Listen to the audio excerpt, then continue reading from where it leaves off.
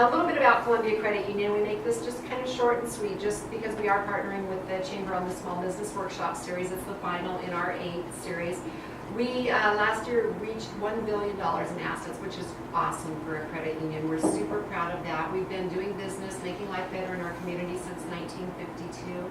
We have 12 branches around Southwest Washington, and we are a full-service community credit union, which means we're not just for your auto loan or your child savings account. We have wealth management, we've got commercial lending, we've got mortgage, we have, I didn't introduce myself, I'm sorry, I'm Shannon Decker with Columbia Credit Union, and I'm our business outreach representative at Columbia. So I support all 12 of our branches in making life better for our business members in our community. I work specifically with our business members. That's kind of my niche. I've been in banking here in Southwest Washington for about 30 years, believe it or not, and absolutely love working with Columbia Credit Union. A community credit union, there's really just nothing better than that. Please enjoy our Taste of Columbia boxes. That's our treat for you. Each one of them have my business cards in them. So if, as you move forward in your businesses, you have a question or a need or a concern or just want to run something by me, please feel free to give me a call. I'm more than happy to assist. Even if you end up not choosing Columbia services, please use me as a resource because I'm happy to help. And my passion is learning about small businesses and what makes the owners of those small businesses tick. Because as you know, as a small business owner, it's a passion that you follow, and when that passion comes full circle and you end up having a successful business, there's just nothing better than that. So thanks for having us. Thanks for the opportunity to sponsor. And you guys were Business of the Year this year as We well. were. And I want to say 88th best Columbia, or credit union 88 in the nation. ranked healthiest credit union in the nation. Out of the tens of thousands of credit unions that are in our nation, we are 88. Yeah, and we serve 1 out of every 3 households in Southwest Washington. So, you know, so really interested and excited about listening to the presentation today. So I won't take any more of your time. Thanks again for having us. First, thank you so much for the gift of your time today. I'm Dave McNamee, the president of Foundations for Leaders. I've been at this particular phase of my life for about 2 years now, although I've been consulting on and off for 20 years. So for the past 15 years, I've been in higher ed. I was the chair of the International Business Programs at Concordia University. I taught at University of Phoenix for a little while, got recruited in 2007 to Marylhurst University, and ran for 5 years the largest MBA program in the state of Oregon at Marylhurst University with the graduate and undergraduate business programs. And then finally I got tired of being an administrator and decided to be on my own again, and this is what I'm doing in my last phase of my life, and I'm going to talk a little bit more about that, about my motivation and why I do what I do.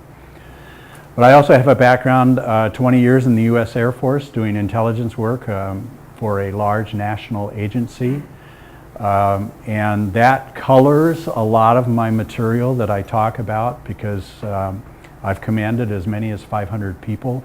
I've been a group commander for 340 some odd people and worked all over the world doing leadership and training and learning about motivation. So that's what I bring here. But one thing you might be, I was also a 7th grade teacher. Hardest audience in the world. You got about a 15-second window of opportunity to get their attention and justify your existence on their planet, you know. And but once you get it, once you're in, then you're really good. And I enjoyed teaching there for 2-3 years. I've been a county commissioner, elected for 3 years in Florida. Had the pleasure of actually working for Jeb Bush. Not that that's a political endorsement or anything, but he's a nice guy to work for. And I started out way back when at KVAN Radio, KVAN here in Vancouver, doing spinning records and doing something called the Portland-Vancouver Roundtable, which was a talk show where we'd come and talk about whatever was going on here in the Portland-Vancouver area. So I have a wide range of experience that I bring to the topic. I have a passion for learning and constant improvement and things like that. My dissertation has changed over the years. I originally was interested, and still am actually, in emerging forms of leadership. the leadership that the world is going to need 2 to 4 decades from now is not the leadership that's currently being taught. So my passion is for teaching, learning about and teaching leadership. And I do it a lot of places around the world. In a couple of weeks, actually, I go to Ukraine and we'll be teaching leadership workshops to the faculty of the 7th largest university in Ukraine. There's a hunger around the world for leadership and the topics that you're here for today. So if I get a little passionate today, you'll understand. I just love to go anywhere and do anything as far as teaching this thing. But my dissertation right now has to do with factors of resilience. I'm a former service person, and my wife spent 32 years in the Air Force, and we have a son who's a captain in the Air Force. So we have a long tradition in our family of service. And there are a lot of people coming back from war these days. Almost a third of the troops coming back from the war zones these days are suffering from PTSD. It's the largest number of PTSD sufferers in U.S. history. And yet 30% are suffering, but 70% are not. Some people go through it and never suffer the ill effects of war. And so my curiosity is, what is it that makes them resilient to the pressures of PTSD? And what can we do to learn those lessons of self-motivation, self-resilience, self-reliance that will get us through PTSD on the other side? Because there's a lot of information about how many people suffer PTSD. A lot of times, resilience and everything else has a lot to do with the personal motivation of the individual. So you'll see the tie-ins today. What I want to do today is talk about the cost of poor performance, talk about how we diagnose the root causes of poor performance, and then ability, motivation. I'll have a short group exercise, and then after that, I want you to go away with a personal action plan about how you're going to implement what you learned today. Now, this is the hallmark of everything I do in all my consulting work and everything else. It's important, and actually this is a characteristic of the trainings that I've done for years as a college professor and everything else, because most of my students were adults just like you. The average age of my student was 37. And so they're bringing decades of experience to the to the classroom, to the seminars. And so as adults, you've become really good at filtering out this non-essential stuff and focusing only on that which is important to you. And so my goal today is to tie this to you in a very personal way, that you're going to say, I get it, now I want to do something with it tomorrow. And if we don't make that connection, hold me accountable by the end of this, because I don't want you to go away feeling like this was a waste of your time, okay? So I want you to go away with some kind of personal action plan, something you're going to do tomorrow with the information that you're hearing today. Methodology. I'm going to run this just like the mastermind groups. Mastermind groups are what I do.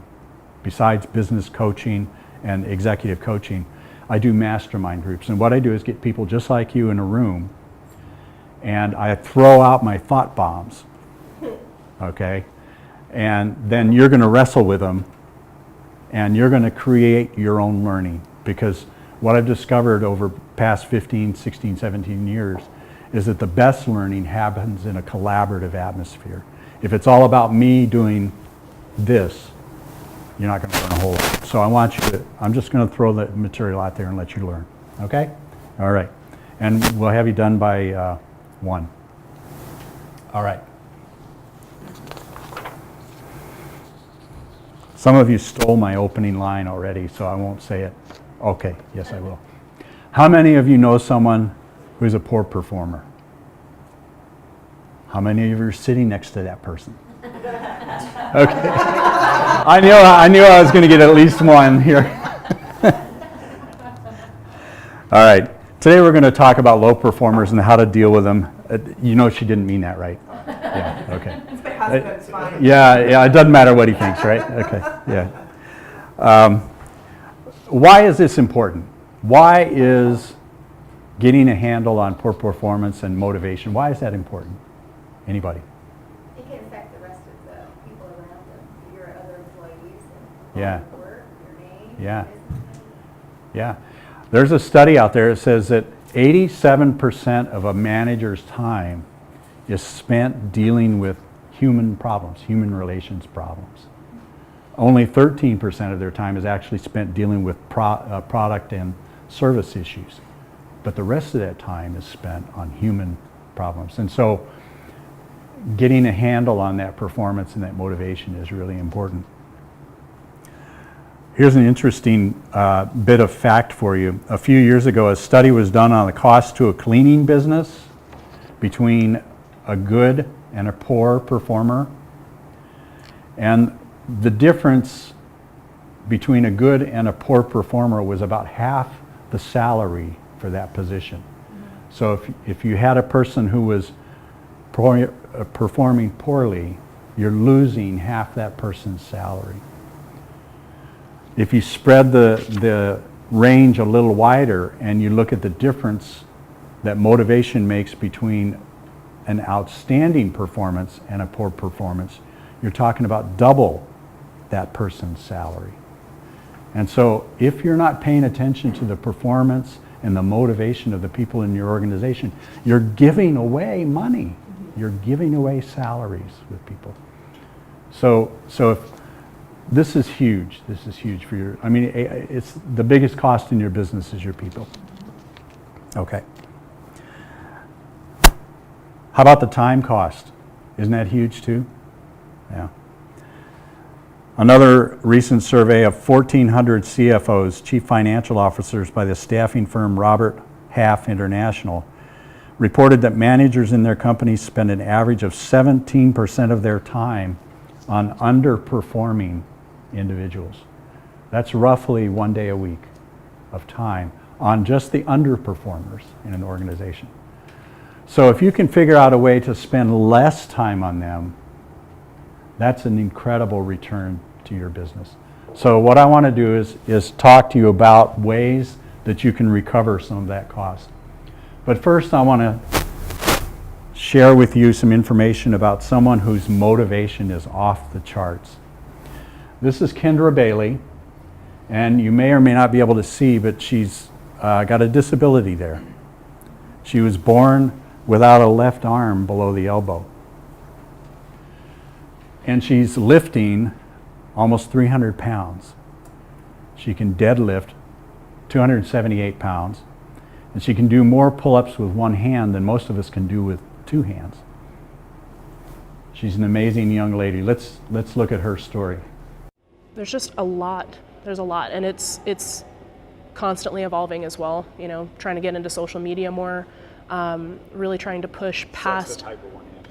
It's actually easy to type with one hand. Yeah. Just one thumb? No. I actually use my nub when I type. Oh, okay. Yeah. Oh, that's cool. Yeah. It took me a while to get there. I remember I was in computer class. I think it was like second grade, and we were learning the home keys. And I looked at my teacher and I was like, she was like, just do what you need to do. And I was like, okay, cool. My name's Kendra Bailey. I'm a level 1 trainer here at CrossFit Rubicon, and I was born without my left arm below the elbow. This tool is a leather ankle strap, some chain, and a hook. Typically use this one for pull-ups, deadlifts, and also farmer's carries. It's a constant change, it's a constant evolution.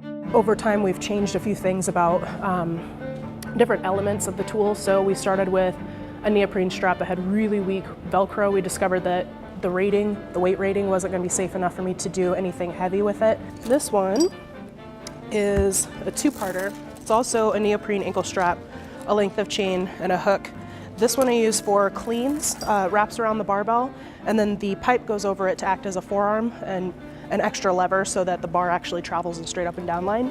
We changed the length of chain that we used, we've changed carabiners, we've changed all kinds of little pieces and hardware.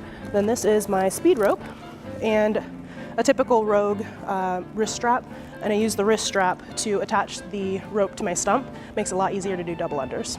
We're constantly evolving and changing, getting stronger.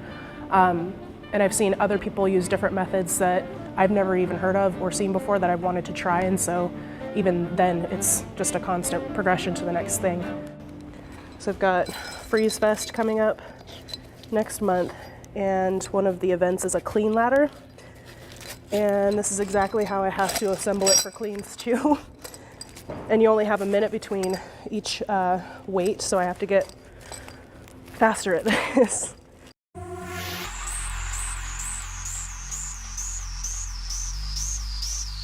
It was really important when I was learning the clean to learn the mechanics of it first, and it really helped. My coaches went step by step with me just like they do every other athlete, but I also went home and practiced because it's kind of awkward when everybody's using a PVC pipe and there's really no way for me to hang on to it with both hands. The second part is the figuring out how, number one, I'm going to attach myself to a barbell, two, how we're going to attach it safely so that I don't end up whacking myself in the face on the way up, how we're going to be able to potentially tweak that design as we go. When I was first learning it, the barbell would come out in an arc in front of me because it was just a floppy chain, so that was why we added the pipe to it. We failed a lot of lifts, just like most athletes do when they're learning new stuff. And I don't know, you keep trying until you find something that works. And if it doesn't work, scrap it and move on to the next thing. Sometimes I do feel like I'm missing out on some of the movements, things like muscle ups. We don't have the technology yet for prosthetic that will enable me to do that. I miss out on being able to do some overhead lifts. This year actually was the first time I was able to do a one-handed snatch. I started CrossFit with the excitement of wanting to be able to do overhead lifts one day, and I don't know, I've let something inside me say I can't do that, I can't do that. Now it's been proven wrong so many times that, that's gonna be the next step for me, I think. I do fear injury quite a bit. To have a significantly decreased range of motion or potentially break a finger or break my arm, whatever. If I'm casted up or don't have use of my fingers, I really can't do a whole lot, but you can't live life with that expectation that you're gonna get injured. You just have to go out and do the things that you enjoy, and if you get injured doing them, okay, you have to deal with that when it happens, but I try not to worry about it. I would just call it a nub. I don't know why. I mean, I call it a lot of different things. Stub, nub, stump, arm. Nub is just what I use. I don't know.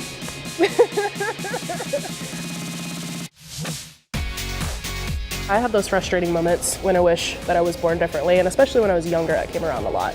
Being in like middle school and high school and all that kind of stuff, I mean, you're already going through puberty and changing, and your personality is evolving, all this kind of stuff. I used to get teased a lot when I was little, and there were some days where I was just like, why me? And it's really hard to kind of look back at that and think that now, because for me, the whole reason why is so that I can help show other people that things are still possible. You're not disabled per se if you're missing a part of your arm. You're still able to do just as much as other people. You may have to work a little bit harder to get there, but at the end of the day, there really are no limits to what you can do unless you allow yourself to limit yourself up here. The point of her story is, and this was actually a documentary that was made of her, was that you can have limitations or you cannot, but it's really up to what's in you. And this young lady is just an amazing gal. She took it upon herself to figure out how to, she got interested in CrossFit, and she says, now how am I going to do this? And she's literally invented all of her own equipment and everything else that she does, and now she competes nationally in CrossFit. And she's working with the CrossFit folks nationally to create equipment for adaptive athletes like her.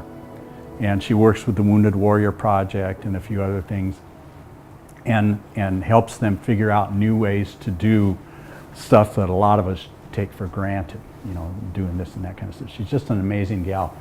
And so whenever I can, she's an excellent motivation. I don't know where it comes from. It's got to be her parents. It's my sister and her husband.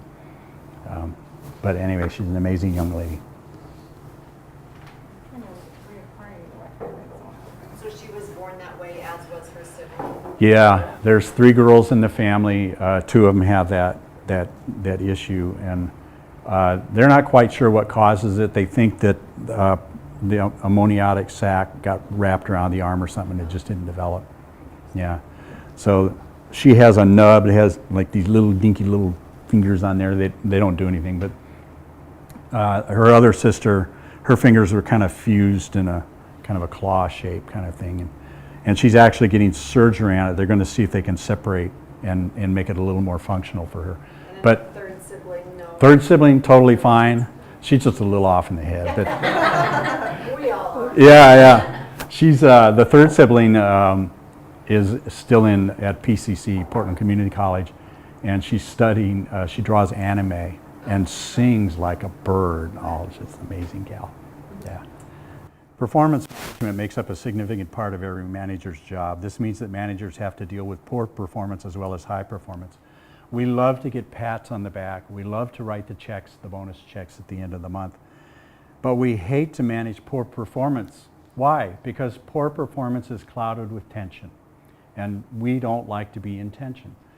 It creates finger pointing. It creates all kinds of stress in the workplace. So as managers, we tend to avoid directly addressing poor performance. My challenge today, though, is you really need to do that, to figure out tools and techniques for doing that. So that's what I want to offer you. I had some firsthand experience with this. After I left Merrillhurst, I was recruited by an online university based out of California, and they created a job position for me of associate dean. And so I had the doctoral program, the graduate, and the undergraduate program in strategic security studies for this university. And the first thing the provost had me doing was calling faculty and firing them. And so I'd call and say, "Hi, I'm Dave McNamee. I'm the new associate dean, and you're no longer working for us."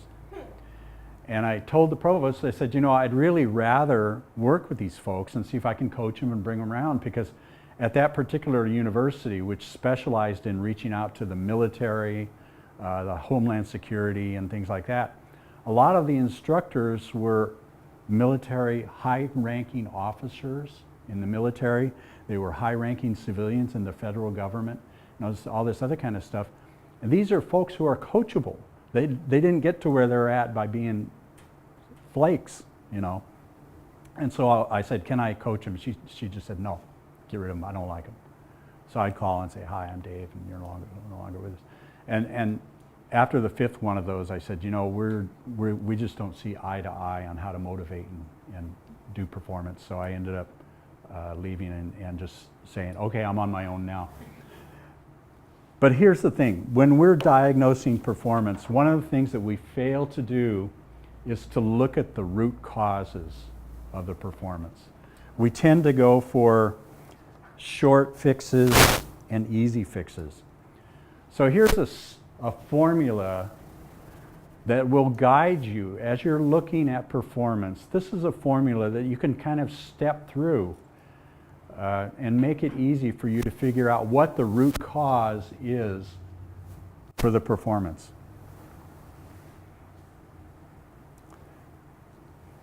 The formula is simply this: performance equals ability multiplied by motivation. Performance equals ability multiplied by motivation. John Maxwell says in his 21 Irrefutable Laws of Leadership that our effectiveness as a leader has a lid on it based on our aptitude and ability. And so we're challenged as leaders to constantly be raising our own leadership lid. And we do that by taking care of training and resources. So ability is a combination of aptitude, meaning what are your natural skills for leading and motivating people? What are your natural skills for the job that you're performing? If you lead people, what are their natural skills for the position that you've hired them for? Combined with their training and the resources available that they have available to them. Secondly, motivation is a combination of desire plus commitment. Now you know that you can have desire, but without commitment, It's just a wish, right? And you can have commitment without ability, and it's a disaster. So your task is to figure out where they are. Now, it's not an exact formula. You can have someone with 75% ability but 100% motivation, and you're going to get above average results. But if you have someone with 25% ability and 100% motivation, you're still going to get poor results. So motivation is the sort of the weighted factor in that thing, how people are motivated. All right. Let's talk about desire. I want to parse this down and make sure we're all on the same sheet here. When I'm talking with someone and I want to find out if they have a future for development and growth in their life, I ask them a question. Are you satisfied with your life right now? Are you satisfied with your life right now? What I've discovered is if they say yes, that they're satisfied, they're very content, they want to stay right where they are, what I've realized over the years is that they have little potential, little desire, little potential for desire, and very little potential for future growth. What we look for is people who have a desire that isn't satisfied yet. Not to mean they're not content, not to mean they're not happy, but you want people who still have a desire for personal growth and so on. Desire is the first key for personal growth. It's what has to exist before you learn something. Desire is the vehicle that carries you to where you want to go. Commitment. Nothing happens until you and I make a commitment. No one has ever been given a success by giving it half an effort.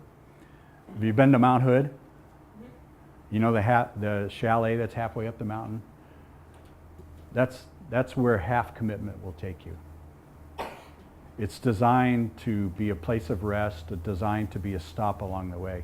Full commitment will not leave you sitting in that halfway house. It will take you to the top of the mountain.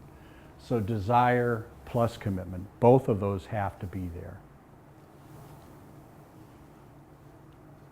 All right. So that's the formula. Questions before I move on? Yes? Are there, I know this is a little bit oversimplification with percentages, where Yeah. everybody kind of ranks in that, but are there archetypes that kind of come out of this formula? Archetypes meaning? This kind of person, that kind of person. Like I said, the danger of simplifying something into categories, but just other broad kind of archetypes, like, even if it's on a quadrant or a XY axis. Yeah. Like this is your motivated but no ability person. This is, yeah. There's an Any archetype. thoughts from the group on that? Any reactions when you hear that? Well, there's like DISC personality assessments and things like that you get a very basic overview. But in my opinion, what it really breaks down to is very high level. Is it skill or is it will? That's a great way to put it. Is the skill there, and can you train the person how to do something? Or is it a will issue? Are they not willing to do it? Are they just, is it not a good fit? And that's where you kind of really have to look at the person and be like, yeah, I think it's a will. They're not willing to do it. They have the skill and the abilities and the capabilities, but they don't have the will. And I think it also really depends on what you're talking about. Like you can be, for my generation and with a strong work ethic, you can be really good at something but hate doing it. Like I rock at doing laundry, but I can't stand doing it. Yeah. So, you can be really, really good at things but not enjoy doing them. Right. So, Yeah. that was a personal example, not a professional example, but skill and will. I was just flashing back to the Yeah. political science class where we talked about presidents. Those Right. that liked the work and did the work, and those that hated the work but did the work. He had a quadrant, basically. So I'm just wondering if there was that for employees. The DISC is a great thing. What she's, Erica, right? Yes. Yeah, what Erica's alluding to is, and this is something I probably should mention in this, is I'm a great believer in measurement. Rather than just trying to look at somebody and make a judgment about where they are, measure it. So the DISC is a great way to do that. Myers-Briggs type indicator is another great one. Goal setting, Goal setting, K or C. C. yeah. Yeah, goal setting is huge also, having a key performance indicator, so having some sort of goal in place that you can measure, whether that skill or the will is there, an observation, doing the one-on-ones, weekly coachings, things like that to kind of get an idea of why the person's not hitting the goals. So that's a really good way to measure Mhm. what they're doing, to see if they're even Yeah. capable of doing it and what's Yeah. holding them back. And there's another thing that I might put into your toolkit is there's a learning styles inventory that you can take, and there's actually one. You can find it on the internet. It's free out there. It's Kolb, K-O-L-B, the Kolb Learning Styles Indicator, and the reason that is kind of a neat tool for you to do and to administer is because everybody learns a different way. And so if you got someone who's not performing on a job, maybe it's not hitting them in a place where they're comfortable learning. You know, there are people who have to read it. There are people who have to do it. There are people who have to see it.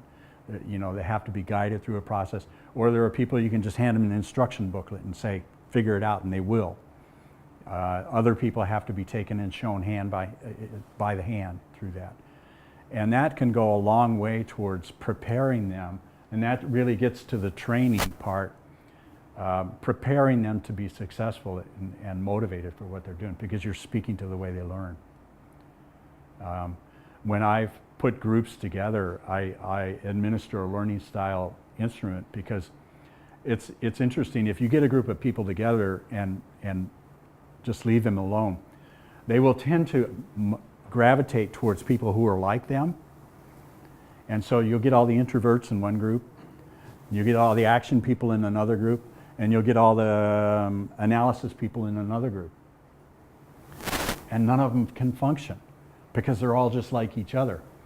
And so you as a leader have to take those people and break them up. And you can only do that by knowing their learning styles or their disc styles or anything else, and put them together, because then you've got a diverse group, and so you've got a doer that will encourage the analysis person to get going, or you'll have an extrovert that will offset the introvert. You probably know the old story, for every finger pointed forward, there's 3 pointing back. If there's a problem with performance and motivation, look to yourself first. The leader should always look to his or herself first. Leadership begins with the self, and that's where you have to do it, because you may not be resonating. There's a whole lot of other things.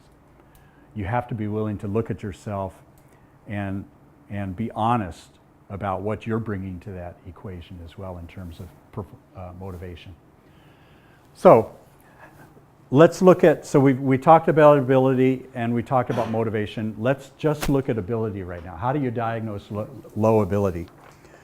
Well, one is if the tasks that others in the workplace, if a similar task that everybody in the workplace seems to accomplish with ease, but this one person can't do, you might have an ability issue. So if you've got something going on that everybody else seems to do pretty well, but this one person can't do it, maybe it's too difficult for them, you might have an ability issue. If they've got low individual aptitude, skill, and knowledge, are they in the right job in the first place? I can tell you from experience that I've matched the wrong person with the job description, because we build job descriptions usually with an ideal in mind. We want this person to do A through Z, and oh, by the way, this other 10%. And we hire against it, and what we found out was the person in the job didn't match at all. It wasn't the person's fault at all. It was ours. We designed the job poorly. So if you've got low individual aptitude, skill, and knowledge, take a look at your job description first and make sure that you really are matching the right person with the right job. If you've got employees who are clearly giving 100% of their effort, but you're still not getting results, take a look at their ability. And finally, look at lack of improvement over time. Perhaps someone moved into a job that's too demanding for them. Have you heard of the Peter Principle? We rise to the level of our incompetence. This happens a lot. People do well at a job over time, and somebody says, oh, we're going to make you a manager.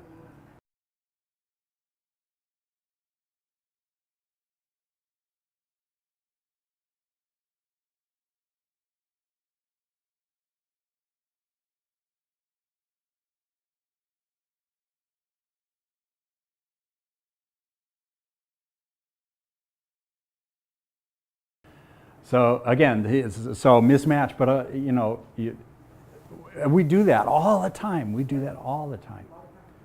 I've seen so many instances where someone who shows up as a sales clerk for 6 months with no absences, oh, you must be management material. Come back on Monday. You're the lead salesperson or something, and they're just going, what? How do I do this? You know, and they fail. Yeah. So. I'm thinking right now of someone, does anybody go to Potbelly Sandwiches? Okay, well, the one down near where I work, there's a young lady there. I watched her. She started, and the first day she was slow and wrapping the sandwiches and pulling the material together and everything. 2 weeks later, I walked in, and she was just flying through this. She had clearly improved, and I was talking to the manager of the Potbelly. I said, what's going on here? She said, this gal has amazing abilities. She's faster than anybody else in the store. She's only been there 2 weeks. So if you're not seeing normal progression with people, look to their abilities, but also look to the way you're training them. Okay. All right. I'm way behind where I need to be here. Okay. How do we overcome ability issues? We take a look at things like resupplying them. Making sure that people have the resources that they need. How many times are we given a task and not given the resources? Lots of times, okay. So take a look at resupply. Take a look at retraining. Again, maybe they've got the wrong skill set. Maybe they came in with one set, but you needed another. Jobs change daily. In today's economy, jobs change over time. Think about investing in retraining your folks for their abilities. Sometimes you have to refit the job, refit the person. You might have to reassign them. Maybe they're no longer effective in this position, so you take and give them a lateral promotion. We used to call that a lateral promotion in the military, where instead of going up, they just put you over here, where you won't do anybody any harm. Reassign them, and ultimately, there's always that choice you have to release. You have to make that hard choice.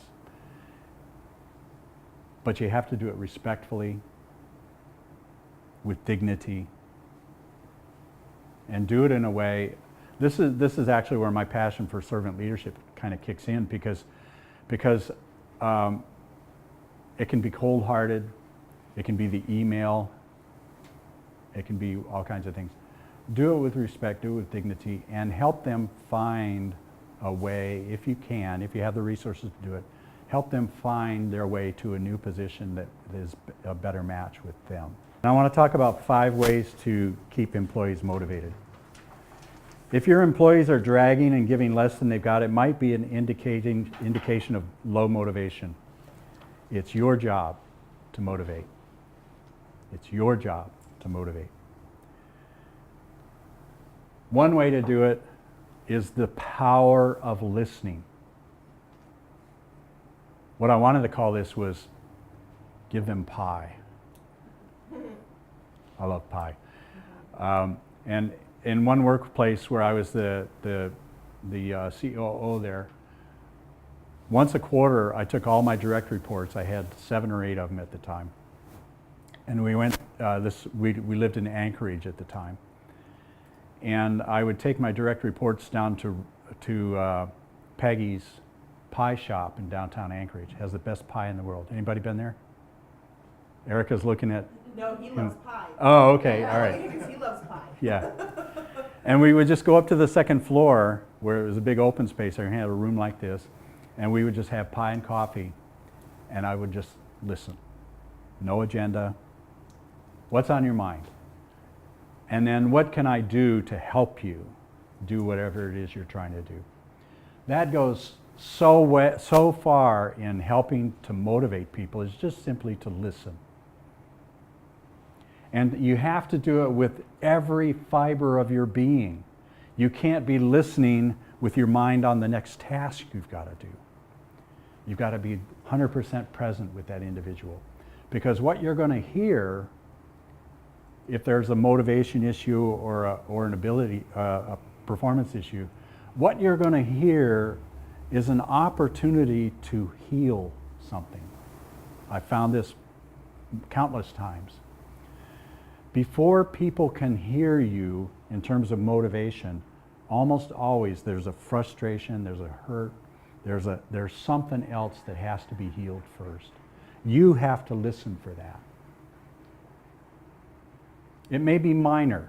It may be minor. My kids are sick or something like that, but you've got to deal with that. Now, can you do this 100% of the time? No. You don't have time as a manager. The average manager makes 19 decisions a day, takes about 9 minutes apiece to do those. You don't have time to give everybody 100% of your attention. So what do you do? What do you do? What's an option you can do?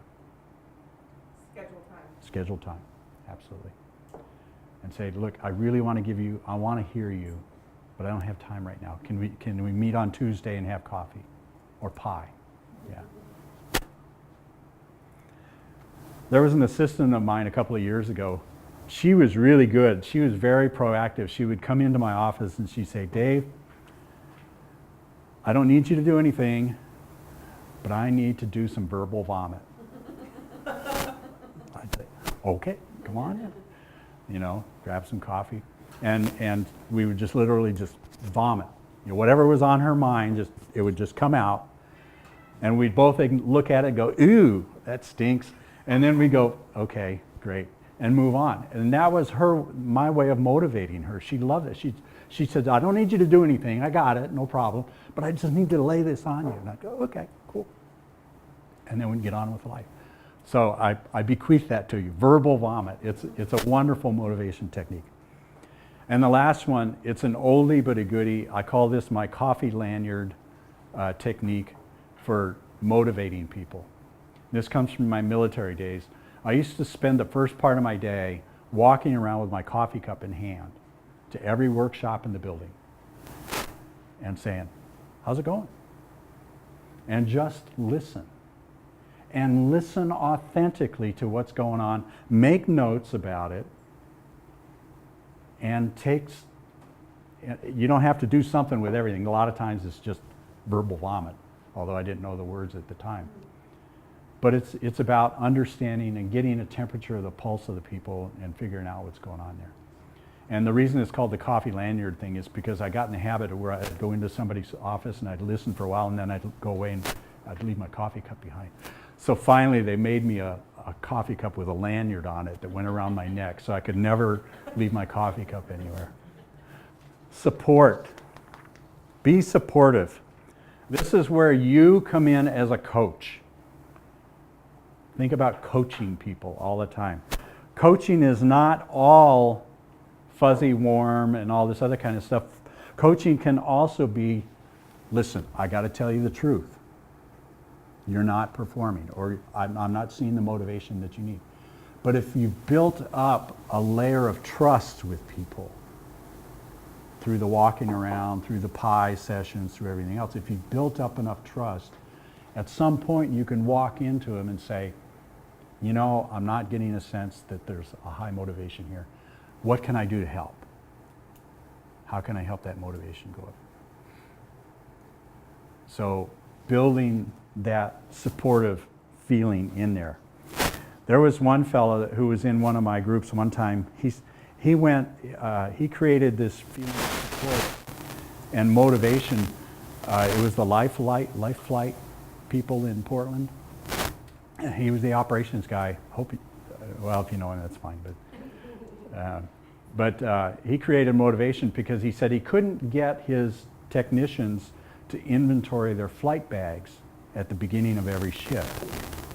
They had a rule, you had to inventory the flight bags at the end, but people were just fluffing it off, this task that needed to be done. So what he would do is he'd walk in and he'd say, I've hidden 2 tickets to a rock concert in your flight bags. First one that gets it, finds them, gets it.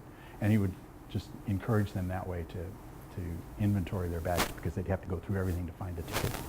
It was a cheap way to do it, to get that motivation going in there. Training and development. Encourage employee development. This is the softest and easiest to cut piece of an operations budget. But I submit to you that it's one that you cannot afford to do without. Develop mastermind groups, get coaching, send people to conferences. These are incredible and cost-effective ways to motivate people. Send them off to training and development. And if you do a training and development for your employees, be there with them. That makes sense? Be there with them. How many times have you seen managers say, we're gonna work on motivation, we're gonna get everybody to come together and meet, and the manager doesn't show up? What message does that send? It's not. So, if you're gonna do that training development, do that first. When I coach organizations, when I do mastermind groups, when I do executive coaching or anything like that, I require the leaders of the organization to go through first. That way, everybody knows that the leaders are as committed as they are to improving. Another way to look at that too is think of yourself as an internal consultant. If you put on your consultant hat, that automatically puts you sort of at an arm distance from that thing, and that it makes it easier to take that objective viewpoint that you need in order to put yourself back in the role that you need to be in. So think, if you were consulting to yourself, what would you advise? Well, you'd say, address the problem, not the person. Step back from it and go there. So And offer solutions. And offer solutions, yeah, absolutely. I would say keep the focus on them, not you, in terms of help them find the solutions that are going to move everything forward. Nurturing growth. I think we've sort of got that one there. If a person has grown to their level, see if you can find them more opportunities. Motivation is great. If they've been doing the same thing for 10 years and their motivation seems to be slacking, is there something else they can do? Move them around. In the military, there is a great deal of emphasis on redundancy, meaning we're all here today, but tomorrow some of us might be gone, either through transfers or wounded in battle or whatever. So there was always a great deal of emphasis on teaching everybody how to do everybody else's job. So motivation stays high because, okay, you've got a handle on this, now I'm going to give you something else and give you a chance to master this and everything else. So if you have that ability, that's a great technique, is to help people succeed in a different direction. And very often, not that I'm trying to create business for myself, but very often this is where companies will bring in a consultant because it gives you an objective third person in a situation where the two of you may not be able to work it out because there's so much baggage between the two of you. So you bring in a third person to do that assessment and the performance improvement plan and everything else. And the last thing I want to say on that is see if you can find a way to bring humor back into the workplace. Humor. Oh, yeah. Humor, fun, joy, laughter. I don't know how many times I've walked into places and it's gray. The floor is gray, the cubicles are gray, the ceiling's gray, the people are gray. There's no laughter. We are humans, largely made up of water and spirit. The workplace today, and I'm politicizing or editorializing here a little bit. The workplace today has gotten so sterile that robots could do the job in many places. So figure out how to speak to the humanness of your people, the spirit, whatever that may be. I'm not saying create acolytes or anything like that, but find that human spirit again and bring it back into the workplace. You're spending 8 or more hours a day together. You should have fun at it. And when people are happy, they're motivated. I'm not saying you got to be a nice guy and bring donuts every day or something like that, but a friendly, joyful workplace. Thank you so much.